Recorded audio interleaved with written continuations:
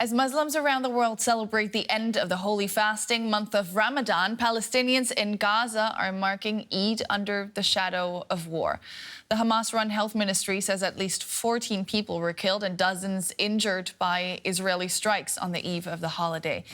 Eid is usually characterized by joyous celebrations, but this year most of Gaza's population are displaced from their homes and facing critical shortages of food and other essential supplies. Though markets were selling festive food and clothing ahead of Eid, much of it was highly inflated in price. In an interview with Spanish-language TV network Univision, U.S. President Joe Biden said he doesn't agree with the approach taken by Israeli Prime Minister Benjamin Netanyahu in Gaza, calling for an immediate halt in fighting to allow for significant food supplies to get in. What I'm calling for is for the Israelis to just call for a ceasefire, allow for the next 6-8 weeks total access to all food and medicine going into the country. I've spoken with everyone from the Saudis to the Jordanians to the Egyptians. They're prepared to move in. They're prepared to move this food in. And I think there's no excuse to not provide for the medical and the food needs of those people. They should be done now.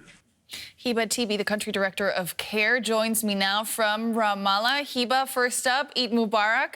Eid al-Fitr is the feast of breaking the fast. Tell me, how are Palestinians in Gaza able to do that this year? Good morning, Nicole, and thank you so much. Eid Mubarak for all those who celebrate it around the world, and especially for the people in Gaza.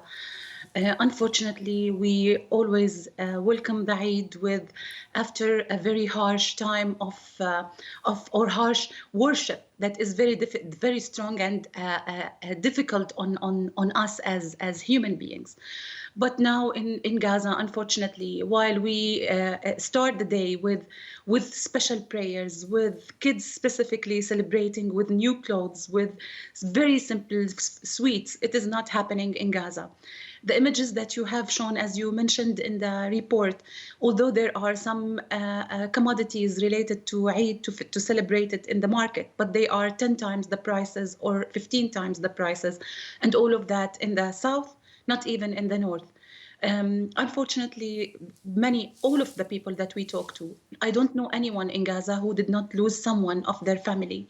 And although it's a time for celebration, they just wake up and they try to do the prayer, but then immediately, I just spoke to my colleagues, immediately go to secure food, water, just like the other days, and even with more sorrows, thinking and remembering those that they lost, unfortunately.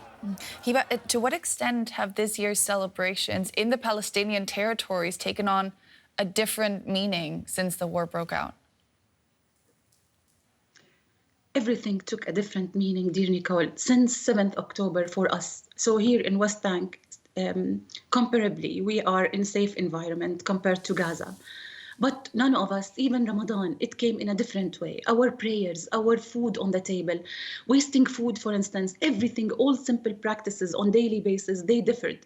This includes, unfortunately, the prayers for the Eid. All of our prayers go for the people in Gaza, wishing for peace in the coming days, hoping that there will not be an land invasion in Rafah, hoping for aid to enter and praying for them to at least be able to be safe over the next period, and of course praying for a sustained end of war with ceasefire.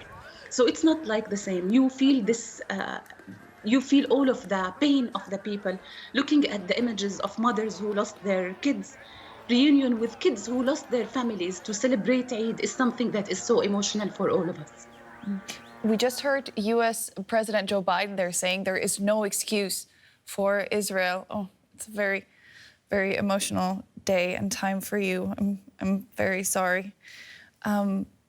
That message from U.S. President Biden, I hope you had a chance to listen to it. He said there was no excuse for Israel to not let aid into Gaza. How important are messages like this one for improving the situation on the ground? Over the last 6 months, and now we are entering the 7th month, We are calling for the sustained aid entry to Gaza. The needs are massive, and every day that passes and go on, we see the more needs that are growing, including, for instance, access to food, access to fuel, access to clothes, basic needs in the daily life of Gazan people. And we have heard even the UN saying, the UN specialists saying that Gaza needs to be flooded by aid. And if this happens, this will allow only for saving the lives that are at the edge of losing. We are at the edge of losing them. If this happens, this will allow us, if sustained with enabling environment, to reach out, to distribute the aid in a more systemic, organized way. That would mean a lot and will literally save the people's lives over the next days. And we hope it will happen. That was Hiba Tibi, CARE's country director in Ramallah. Thank you so much. Thank you.